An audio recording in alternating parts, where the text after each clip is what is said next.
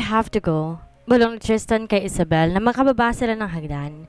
They stayed in bed for 10 minutes dahil nagpumilit pumasok ang binata sa kama niya. At siya namang tanga pumayag. Natarantang humarap si Isabel sa binata at pinukulto ng masamang tingin. You're leaving me with my sister? Ngumiting parang asong binata. Kaya mo na yan. Yes, alam niyang kaya niya ang kapatid niya. Pero di niya kayang sagutin ang mga tanong nito tungkol sa nangyari sa kanila ng binata. It's embarrassing. Kilala niya ang kapatid. She would definitely ask about it. Alangan namang idetalye niya sa kapatid ang lahat, maging siya, di niya alam paano sila napunta sa ganong sitwasyon. Sasabihin ba niya dahil ginusto ng puso niya? It's nonsense. Kailan pa siya nakinig sa puso niya? Bakit ka aalis? Tanong niya rito.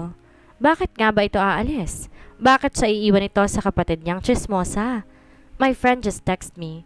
Sagot nito habang inaayos ang damit nito. Magkikita kami, dyan lang malapit. Babalik din naman ako kaagad. Kaagad? Sarkasikong tanong niya at saka tumawa. Pagdating mo rito wala nang kapatid ko. Di maganda? Natatawang sambit nito.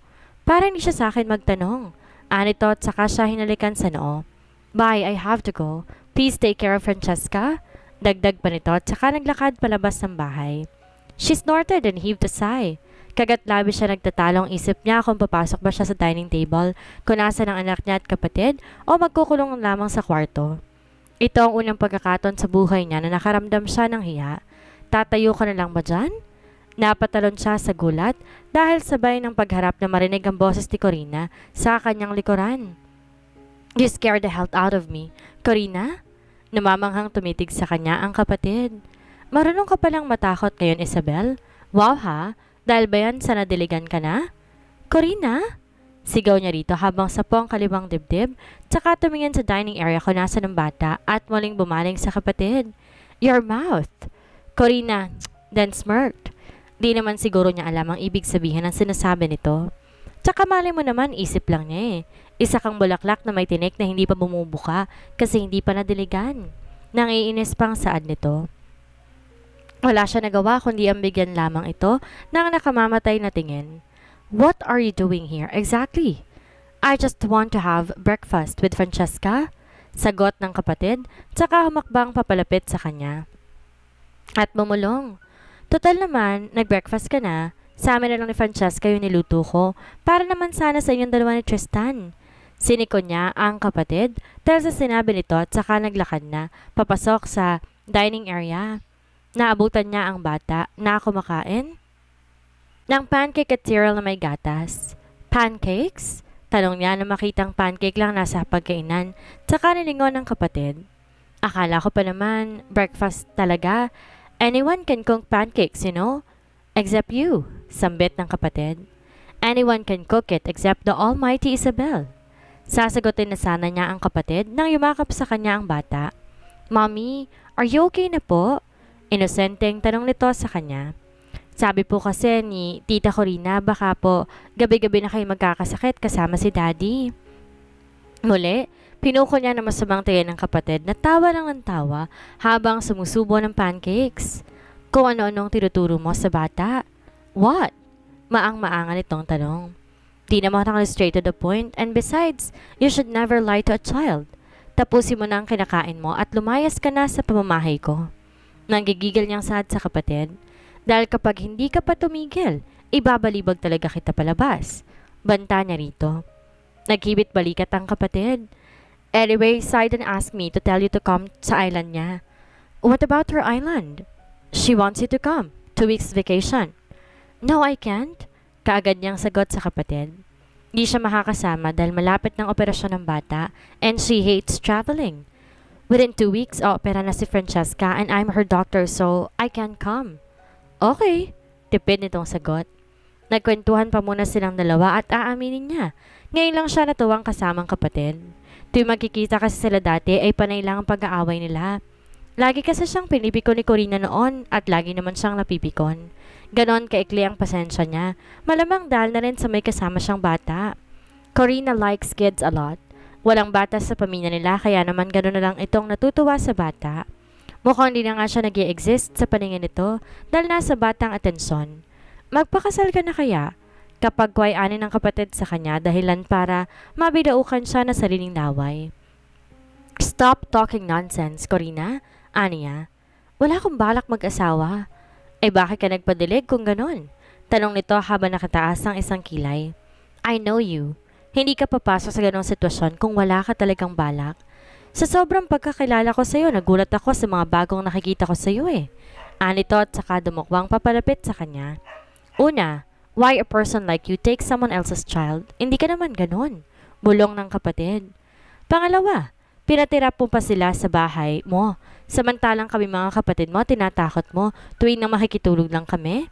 And last but not the least, you and Tristan, what's with the two of you? Nothing. Kaagad niyang sagot sa kapatid, tsaka niya to tinulak palayo sa kanya. Wala kaming relasyon, we're just friends. With benefits? Hindi na lang siya sumagot. Hey! Sambit nito at saka hinawakan ang kanyang kamay at mariing pinisil. I am not judging you. The truth is, I'm happy. For you. She frowned. What a weird sister she have. Kung ang iba'y magwawala na dahil na walang pagkabirhen ng kapatid nila, ang kapatid niya naman masaya. Masaya ka?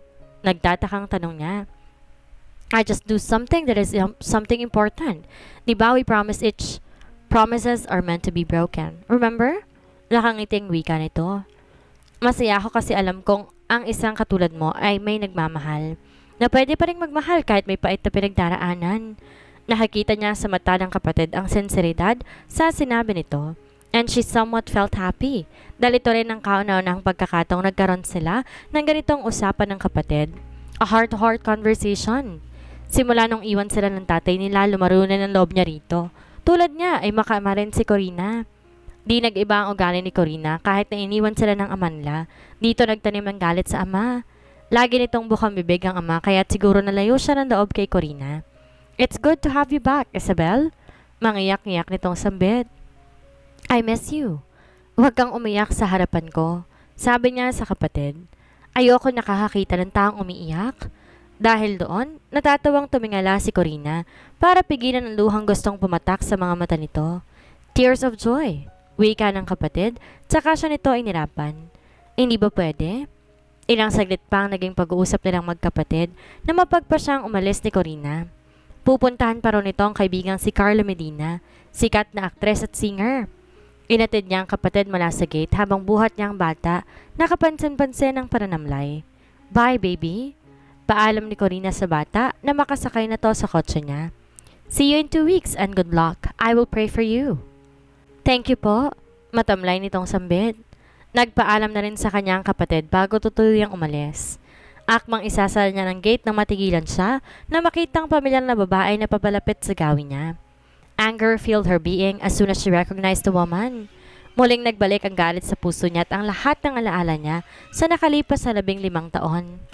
Lahat ng kasiyahang naramdaman ni Isabel sa puso niya kanina, nilamon ng poot at galit. Madilim ang tingin niya rito habang hinihintay na makalapit sa kanila. At nang nasa harap niya ng babae, mas lalo nagbalik ang lahat sa kanya. Noong panahong iniwan sila ng tatay nila, noong panahong mas pinili ang mga ito kaysa sa kanila na totoong pamilya. Hey! Sambit ito sa kanya. Can we talk? What for? Malamig niyang sambit dito. Sa pagkakaalam ko, wala tayong dapat pag-usapan pa. Huwag mo na ipamukha sa akin na masaya kayo bilang pamilya habang kami. He wants to see you. Pigil nito sa kanya. Isabel, Dad wants to see you. Tell him to beg first. Aniya at saka ito tinalikuran. Pero natigilan ng bigla na lang niyang maramdaman ang panginginig ng bata sa bisig niya. Tiningnan niya ito at napamura na makitang nangingisay ang bata. Shit! Francesca! Akmang tatakbo niya ng kotse nang pumarada ang isang sasakyan sa harap niya at bumukas ang driver's seat. Niluwang ang isang lalaki na sa pagkakatanda niya, anak ng kabit ng ama sa tunay na asawa. He is Kyle, the oldest. He has that rugged look in him. Get in, he said in a baritone voice. Kami na maghahatid sa inyo sa ospital? Di sana niya tatanggapin ang alok nito pero mas nangibabaw ang pag-aalala niya sa batang buhat niya. Kaya naman kahit ayaw niya pumasok na siya sa backseat. Nasa passenger seat naman ang kapatid niya sa ama. Nang maisara niyang pinto, kagad na pinaharurot ni Kyle ang sasakyan patungo sa ospital. Where the hell are you, Tristan? Napatanga na lang si Tristan na makarating sa kondong nilipatan ng kaibigan niyang si Aquarius sa Pilipinas. Di niya akalaing makakabili kaagad to ng unit na may laman na. That's not it. Feeling special pang loko dahil may pa-welcome party pa. Napailing siya habang sinusuyod ang di mahulugang karayom sa dami ng tao. Hey! Napalingon siya na marinig ang boses na pamilyar. Ni Aquarius sa likuran niya. You came? Yeah, and I'm asking why. Inis na sambit niya rito. Akala ko ba mag-uusap tayo? Oh, nakangiting sagot nito. While having fun, of course. He sighed. Hindi pwede, Aquarius. Kailangan ako ng anak ko ngayon. Alam ko. Sambit nito at saka siya hinila papunta sa kung saan. May papakilala ko sa'yo. Naguguluhan man, nagpahina na lang siya patungo sa kumpunan ng ibang kalalakihan at bawat isa ay may kandong na babae. Inakbayan siya ng kaibigan. Everyone, I want you to meet my friend Tristan. Hello! They chorused. Hey! I'm Zachary. Pagpapakilala ng isang lalaki sa kanya. Sa lahat ito lang walang kandong na babae kaya't siya lang sa kanilang tumayo at nakipagkamay sa kanya. Nice to finally meet you, Tristan. I've heard so much about you from Aquarius. Me too, wika niya. My pleasure to meet all of you. Pasensya ka na pala, hindi kami makakapagkamay sa'yo. Ani ng isang lalaki. I'm Louis, by the way. Pagpapakilala niya. Nakipagkilala din ng iba sa kanya bago siya hinila ni Aquarius patungo sa kitchen kung saan walang gaanong tao. Paano ka nakuha ng ganitong klaseng kondo? Tanong niya habang nililibot ang kabuuan ng kusina. It's huge, man. I know, right? Pagsang-ayon nito. I got this place with the help of your cousin, Riley. Taga dito siya at lahat ng nandito kaibigan niya. Can you imagine? This condo suit my taste. Para sa mga taong gustong maging independent. Saad nito at saka lumagok ng alak sa hawak na bote. At baka malay natin, nandito ang babaeng hinahanap ko. Napabuntong hininga siya na makitang lungkot na bumalatay sa mukha ng kaibigan. You still love her, do you? I love her. Sagot ng kaibigan habang malamlam ang mga mata. Kahit ano pang paliwanag ang sabihin niya sa akin, tatanggapin ko pa rin siya. That's how I love her. Tumango na lang siya sa kaibigan. So, kumusta ang inaanak ko? Ngumiti siya. She's fine. In 2 weeks, I'll be her operation. I am proud of you, man. Saad nito na may ngiti sa labi. After 2 years of finding a doctor, now find the right one. Malapad ng ngiting tinugon niya sa kaibigan. Yeah, aniya na may ibang kahulugan. Yes, he found the right doctor for his daughter. Hindi lang basta doktor, he found a woman that he can live with. Alam niyang tanggap siya nito at ng anak niya. At pinapangako niya na kapag tapos ng operasyon ni Francesca at magaling na to ng tuluyan, liligawan niyang dalaga. Anyway, hindi ko na ibenta ang kumpanya mo. Kapag kuway imporma ni Aquarius sa kanya. Nagsumbong ang sekretary mo sa daddy mo. Ayun, napagalitan ako ng daddy mo. Sabi niya wag daw ibenta kasi babalik ka rin naman. Di na ako babalik. Wala niya saka nagsali ng alak sa baso at ininom. May mas mahalagang bagay na nandito sa Pilipinas na kailangan kong pagkabalahan kaysa sa kumpanya. Si Julia ba ang tinutukoy mo? Natigilan siya sa tanong nito. No. Ano naman? Kunot doong tanong nito sa kanya. Sa pagkakaalam ko kasi, wala namang mas importante pa sa kumpanya mo at sa anak mo unless, saad nito at saka nanunuring tumitig sa kanya. There is someone. There's someone. Sagot niya rito. Tumaas ang dalawang kilay nito at namamanghang nakatingin sa kanya. Really? Pakilala mo sa akin. Magsasalita sana siya nang biglang tumunog ang telepono niya. Hinugot niya mula sa bulsa ng pantalon, tsaka tinignan ng caller ID. He blew a loud breath as he saw the who caller is.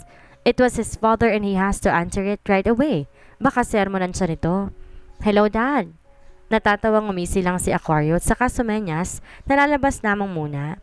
Tinangoan lamang niya ito. Where the hell are you? Halos ilayo niya sa tengang telepono nang sumigaw ang ama. Sa kondo ni Aquarius. Nakuha mo bang magsaya? Samantalang anak mo sinugod sa ospital? Worried quoted him at halos takasan siya na nakasan narinig. Dali-dali siya naglakad palabas. Di na siya nagpaalam pa kay Aquarius. Kaagad siyang sumakay sa elevator, pinindot ang ground button. Napapamura na lamang siya sa tuwing humihinto ang elevator sa mga palapag ng gusali. And when the elevator landed in ground floor and went open, kagad siyang tumakbo na para bang may hinahabol. Na makarating siya sa kotse ni Isabel na ginamit niya, kaagad siyang pumasok at pinaharurot yon papunta sa ospital. Wala siyang pakialam kung mabilis ang takbo niya. Ang mahalaga sa kanya ay ang anak niya. Habang nasa daan nagdarasal siya na sana walang mangyari sa anak niya. Abot-abot ang kabang nararamdaman ni Tristan na makarating siya sa ospital. Kaagad siyang nagtungo sa information desk upang alamin kung saan dinala ang anak niya. Nang malaman niya kung saan muli siyang tumakbo patungo sa emergency room. Kaagad niyang natanaw sa di kalayuan ang mga magulang na nasa labas ng ER. Nilibot niya ang paningin upang hanapin si Isabel, pero hindi niya inaasahan na makikita niya dahilan para huminto siya sa pagtakbo. Nakaupo sa maabang upuan katabi ng isang lalaki. Napakurap pa siya para lang masigurong tamang nakikita niya na hindi siya nananaginip. Could it be? Dahan-dahan na naging paghakbang niya. Kuyom niya ang kamao. Matalim ang mga matang nakatuon sa taong matagal niya nang ibinaon sa limot. Ang babaeng nang iwan sa kanila ng anak. Nakita siya ng ina at lalapitan sana siya pero nilampasan lamang niyang ina. Why is she here? Julia. Malambig na sambit niya sa pangalan nito nung makalapit siya. Nilingon siya nito at bumalatay sa mukha nito ang gulat. Malamang di rin to inaasahan ng pagkikita nilang dalawa. Kung di rito inaasahan ng pagkikita nila, bakit to narito kasama ng mga magulang niya? Tristan? Anong ginagawa mo rito? Malamig na boses na tanong niya rito. May sinugod ng kami rito. Alinganin nito ang sagot. Ikaw, anong ginagawa mo rito? No, our daughter is here. Nanlaki ang mata ni Julia at di makapaniwalang tumitig sa kanya. Walang salitang lumabas sa bibig nito pero mababasa niya rito ang pag-aalala. Siya ang ina ni Francesca? Huminto ang pagtibok ng puso niya nang marinig ang boses ni Isabel. It was cold as ice. Hinarap niya to at natigilan siya na makita ang malamig nitong tingin sa kanya. Bumalik na naman ang dating ekspresyon nito. Blanco. Answer me, Tristan, she said coldly. Siya ba ang nanay ni Francesca? Bumagsak ang balikat niya habang sinasalubong ang malamig na tingin ng dalaga. Mapaklang tawa si Isabel na marinig ang sagot ni Tristan.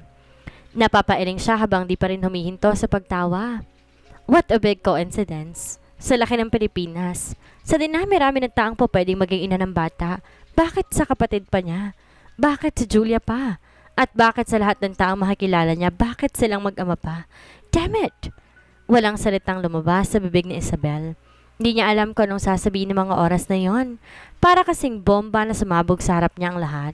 Hindi niya inaasahan ang lahat. She was so damn speechless. Kaya ba magaan ang loob niya sa bata dahil kadugo niya ito? Mariin niyang pilikit ang mga mata. Saka humugot ng malalim mabuntong hininga para pakalmahin ang sarili niya. Dahil tulad ng nalaman niya na parang bombang sumabog sa harapan niya, ay sasabog na rin siya. Anumang oras magsisimula na siyang magalit.